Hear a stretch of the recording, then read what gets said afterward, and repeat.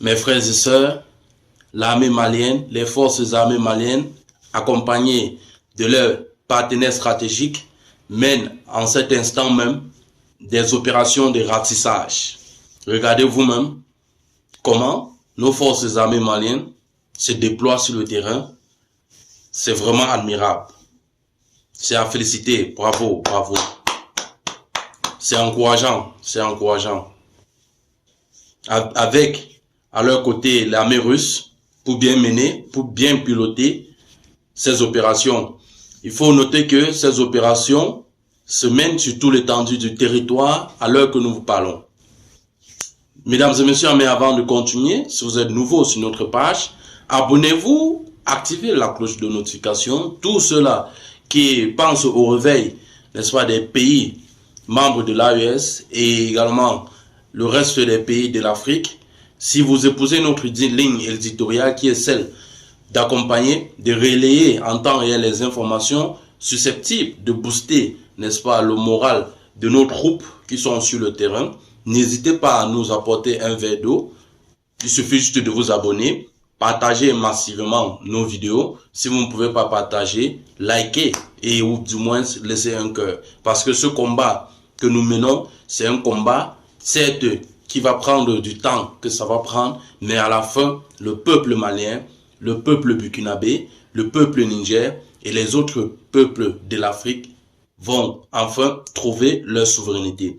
Trouver sa souveraineté revient, n'est-ce pas, à être alimentairement autonome, se battre à industrialiser son pays, se battre à nationaliser les grandes entreprises sur son territoire national. Mesdames et messieurs, le Burkina Faso, le Niger, le Mali, désormais, sont dans le visuel de tout le monde. Ce qui se passe dans les pays membres de l'AES est juste incroyable. Nous voyons les présidents être, n'est-ce pas, au front. Nous voyons comment les présidents donnent des consignes dans le but, n'est-ce pas, de galvaniser les troupes. Nous voyons également comment le peuple est en symbiose, le peuple est en parfaite harmonie avec ces forces qui sont sur le terrain. Et à l'heure que nous vous parlons, plusieurs opérations se mènent dans ces pays, à savoir le Burkina Faso, le Mali et le Niger. Mesdames et messieurs, ce qui se passe au Mali est juste formidable. Les forces de défense, les forces armées maliennes ne lâchent rien. Les forces armées maliennes ont pris la chose désormais sur un pan ascendant. Les terreaux voient le feu ces derniers temps. Mesdames et messieurs, c'est juste exceptionnel ce qui se passe actuellement au Mali. Pour vous, ce qu'il y a lieu de faire, on appelle la responsabilité de tous les citoyens. Vous tous, vous devez être aux côtés des forces armées maliennes. Nous avons observé la grande mobilisation, cette mobilisation historique qui restera à jamais gravée, n'est-ce pas, dans la mémoire de tout un peuple qui s'est réveillé, de tout un peuple qui a pris son destin en main, de tout un peuple qui est désormais debout pour un Mali uni, en paix et en sécurité. Mesdames et messieurs, c'est à mettre à l'actif, n'est-ce pas, du président Assimi Goïta, du président Ibrahim Traoré et le président Tiani du Niger. C'est à mettre à leur actif parce que ils ont compris que pour avoir la paix, il faut faire la guerre. Et pour faire la guerre, il faut être en parfaite symbiose, en parfaite harmonie avec son peuple.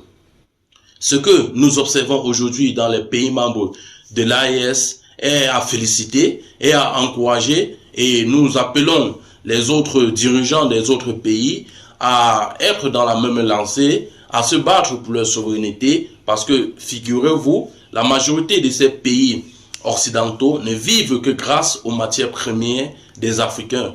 À l'instar, par exemple, du cacao, la Côte d'Ivoire, qui est la première nation, n'est-ce pas, en termes de cacao, ne se voit pas réellement aujourd'hui industrialiser ce secteur parce que, figurez-vous, certaines conventions liant les pays africains et certains pays de l'Occident leur privent, n'est-ce pas, de consommer réellement ce qu'ils en ont comme potentiel naturel. C'est pas seulement la Côte d'Ivoire, lorsque vous partez en RDC, il y a toujours, n'est-ce pas, ces Occidentaux qui sont là pour exploiter les terrains. Mesdames et messieurs, c'est ici que s'achève cette petite capsule d'information. Si vous avez été séduit par la qualité de notre analyse, apportez votre soutien, abonnez-vous. Vos critiques seront dans le but de construire cette communauté qui est la vôtre, qui est la nôtre, qui est pour l'Afrique. Avec tout ceci, que faites-vous encore ailleurs?